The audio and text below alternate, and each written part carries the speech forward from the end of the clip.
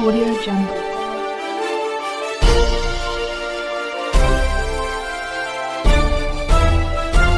Audio Jungle.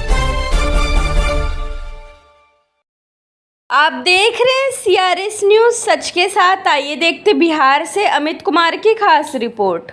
Chirag Paswan ने one nation one election पर दी प्रतिक्रिया, कहा इसे लागू किया जाना चाहिए।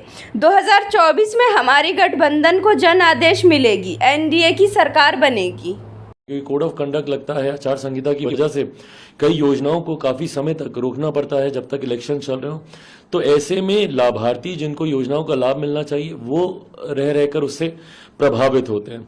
तो इन तमाम परिस्थितियों के मद्देनजर एक लंबे समय से देश में इस बात को लेकर चर्चा चल रही थी। सन 1999 के आसपास से ही लॉ कमीशन के द्वारा ये प्रस्ताव किया गया था कि देश में एक देश है एक चुनाव होना चाहिए, और मौजूदा प्रधानमंत्री आदरणीय नरेंद्र मोदी जी और केंद्र की सरकार ने इसको काफ़ी गंभीरता से लिया। कई वेबिनार भी इसको लेकर केंद्र सरकार के द्वारा आयोजित किए गए, कई चर्चाएं इसको लेकर हुई हैं, सदन में भी इसको लेकर पार्लियामेंट्री कमिटीज़ के भीतर भी इसको लेकर कई राउंड ऑफ डिस्कशंस हुए हैं।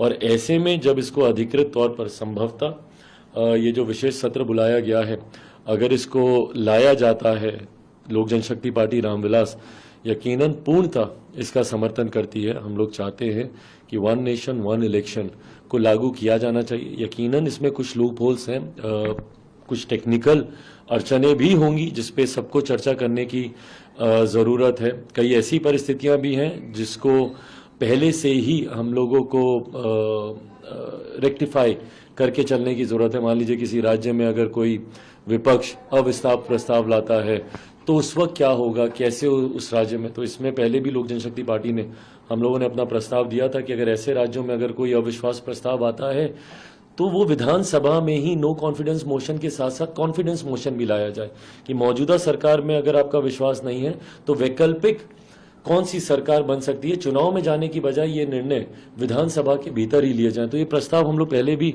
हम लोग दे चुके हैं। आने वाले दिनों में जब इसको लेकर चर्चा होगी तो मजबूती से इस प्रस्ताव के पक्ष में लोक जनशक्ति पार्टी रामविलास अपनी बातों को रखने का काम करेगी। 5 दिन का जो स्पेशल सेशन बुलाया गया है पार्लियामेंट का, इसको लेकर विपक्ष कह रहा है कि सरकार जो है डरी हुई है, इसलिए नर्वस होकर ये सेशन बुलाया गया है। भाई हर चीज में सरकार डरी हुई है, प्रधानमंत्री डरे हुए हैं।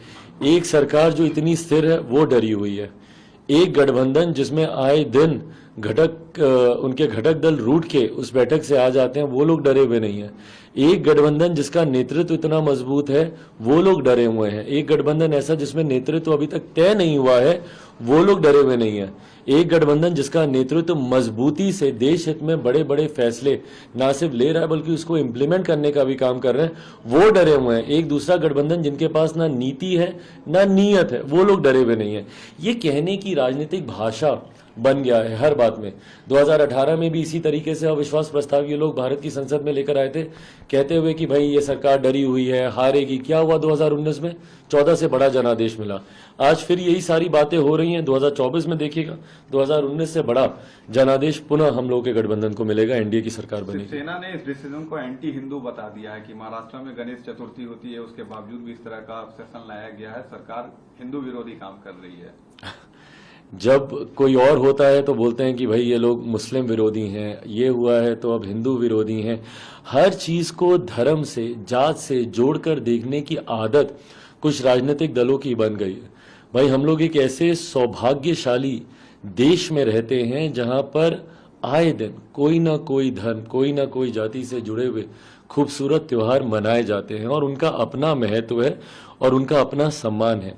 ऐसे में राजनीतिक कार्य को इनसे दूर ही रखना चाहिए। राजनीतिक दृष्टि से होने वाले कार्य या देश हित में लिए जाने वाले फैसलों को जाति धर्म की नीयत से जोड़कर देखना कहीं से उचित नहीं है।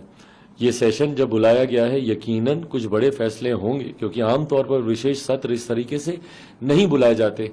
उसकी गंभीरता को समझने की जगह इस तरीके से हल्के में ऐसी बयानबाजी करना और जाति धर्म से इसको जोड़कर देखना, वो भी एक ऐसे गठबंधन पर जहां पर आप इसके विपरीत तुष्टीकरण का आरोप हमेशा लगाते रहे।